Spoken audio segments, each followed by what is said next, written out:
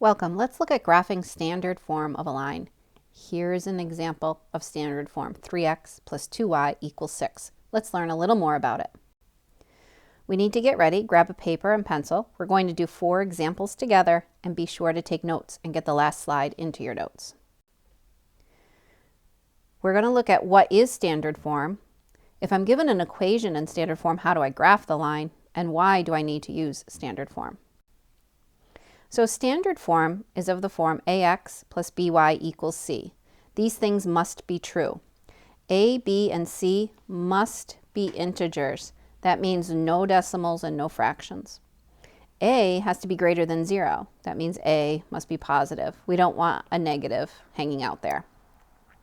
A and b are not both 0 at the same time. Are these in standard form? So we've got 4 different equations we're going to take a look at. For the first one, in A, b, and c are all integers. There's no fractions, there's no decimals. A is greater than 0, and a and b are not 0. So yes, this one is in standard form. In B, I can see right away I have a fraction. So it's not in standard form yet, but we can get it into standard form. By undoing this division by 2, I can multiply both by 2, everything by 2. So this equation would become 8x plus 1y equals 16. And now it's in standard form. For letter C, what's going on? I have the y first. I should have the x first. It should go in alphabetical order. So I can rearrange that to be 8x plus 3y equals 20. And now it's in standard form. And in part D, notice that a is negative. So I don't want it to be negative, and I can't just drop the negative. So I'm going to multiply everything by -1. That will change the sign of everything. So it becomes 2x minus 8y equals -16. And it's now in standard form.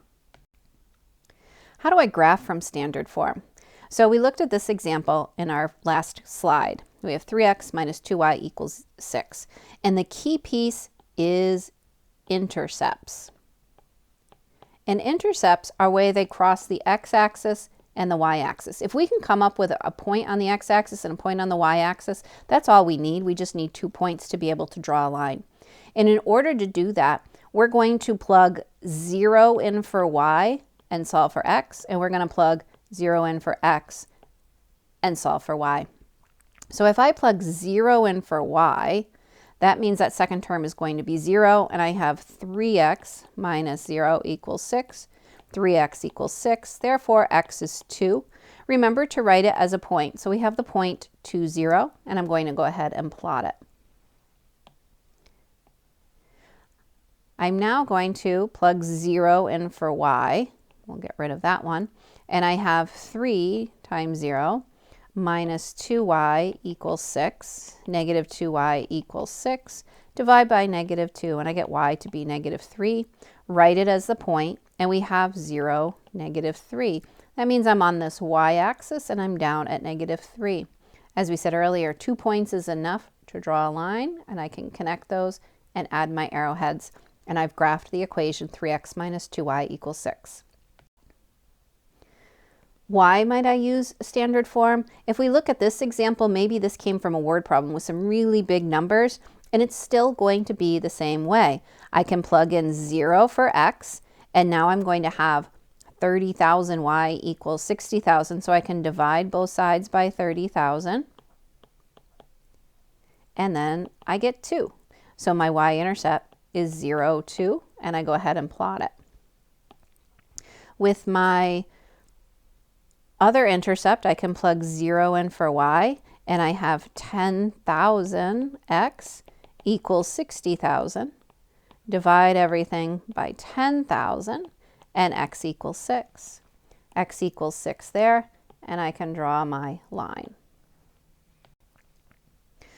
If we take a look at this one, a is 8, b is 0, and that's okay. They're not both 0, but I don't really need that. So I can have 8x equals 16 and x equals 2. So I'm going to go over to my x-intercept of 2, 0, and I'm not going to have a y-intercept, because this means that on this line, every point x has to be 2. So it's 2 there, and it's 2 there, and it's 2 there, and we end up with a vertical line. Don't forget about graphing vertical and horizontal lines. In this case, x is 0, and I end up with 4y equals -8. Divide by 4, and you get -2. So now my y-intercept is 0, -2, and every point on the line, y is -2. So we're all down here, and this forms a horizontal line. These need to get into your notes. We have ax plus by equals c. A, b, and c have to be integers. A has to be positive. A and b can't both be 0 at the same time. And why do we use standard form? Because we use it with intercepts.